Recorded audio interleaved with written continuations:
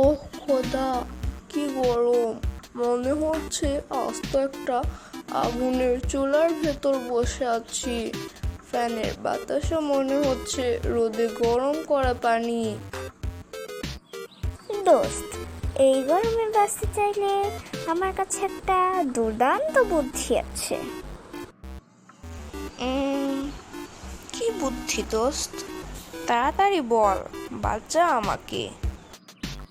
তুই সোজা যে একদম ফ্রিজের ডিপ খোপের ভেতর বসে থাক, একেবারে বরফের মতন ঠান্ডা ঠান্ডা কুল কুল হয়ে যাবি।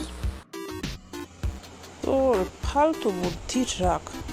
ফ্রিজে ঢুকলে আমি মানুষ থাকবো নাকি ফ্রোজেন পরোটা হয়ে যাব? আর বিদ্যুৎ বিল কি তোর বাবা দেবে? হ্যাঁ, আচ্ছা বাবা, আচ্ছা, আর রাগ করিস না। তাহলে এবার একটা কাজের কথা বলি শোন। রোদের মধ্যে একদম বাইরে যাস না, বেশি করে লেবুর শরবত আর পানি খা, আর ঘরের জানলা বন্ধ করে পর্দা টেনে রাখ। তাহলে বাইরের গরম হাওয়া আর ভেতরে আসবে না, বুঝলি?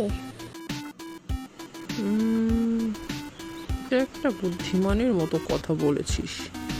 চল তাহলে ফ্রিজ থেকে ঠান্ডা তরমুজ বের করে খাই। চল চল, গরমের চোটে আমার পেটের ভিতরে ইঁদুরগুলো ও এলইডি স্ক্রিনে নাচানাচি করছে। চল চল, তাড়াতাড়ি চল।